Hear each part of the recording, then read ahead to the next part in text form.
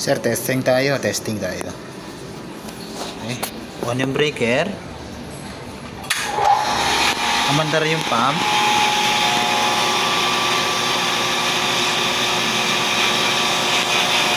Dapat mag-cut off siya sa 20. Ay, sa 40.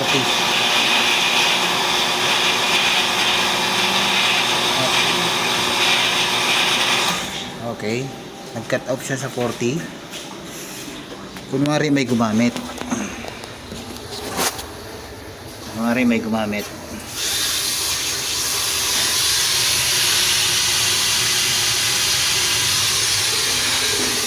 So, aandar yung pump sa 20. Aandar yung pump sa 20.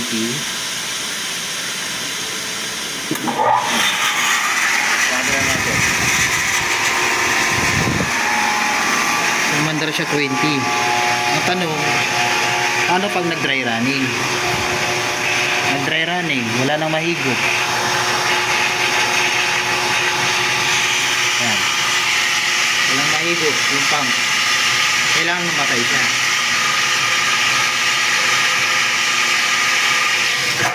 Okay, namatay yung pump. Safety yung pump. Pag normal na ulit, balik natin sa dati. Ibig sabihin, normal na, mayroon ng tubig yung storage tank. So,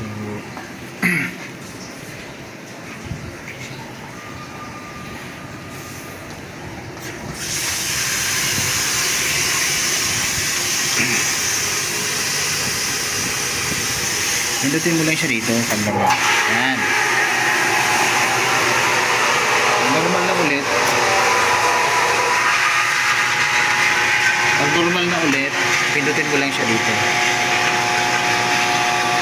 So magka-cut off siya ng